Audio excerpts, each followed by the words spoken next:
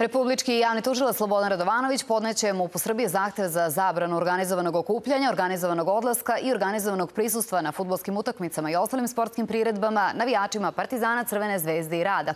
On je rekao da sprema inicijativu koju će podneti Ustavnom sudu za zabranu i brisanje iz registra određenih navijačkih grupa. Svako ko je pogledao zahtev za sprovođenje istrage i činjenično pravni opis onoga što se desilo u centru grada kada je život izgubio Bristaton, vidi da to prevazilazi najgore moguće divljaštvo, naglašava Radovanović. Reč je o navijačkim grupama i grupicama koje se bave kriminalom, a koriste slobodno vreme da se okupe po gradu i da nekog ubiju ili pretuku. Mislim, to će podrazumevati što se tiče fudbala pražnjenje, znači severa i juga, a kao što znate, za to postoje i više nego ozbiljni razlozi. Realizacijom mera za suzbijanje nasilja bavit će se zajedničkim snagama Ministarstva policije i pravde, a to je potvrđeno i na sinoćem sastanku Saveta za nacionalnu bezbednost.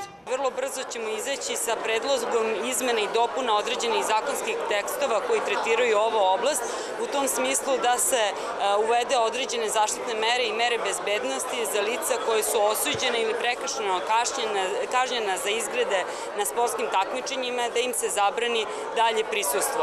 Izricanje tih mera zavisit će od suda, ali će izmenom i dopunom zakona biti stvorena mogućnost da se one brzo sprovedu. Najavio sam najstrože moguće mere. To nije poruka pretnje, nego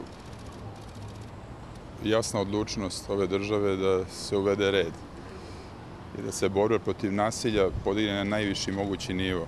Republičko tužilaštvo najavilo je da će narednih dana prekontrolisati sve krivične prijave podnete protiv članova osumnjičenih grupa i da će proveriti da li se po njima postupalo. Tužilaštvo i sudovi apeluju na javnost da im se pridruži u zajedničkim naporima prevencije nasilja. Ksenija Kecojević, Fox televizija.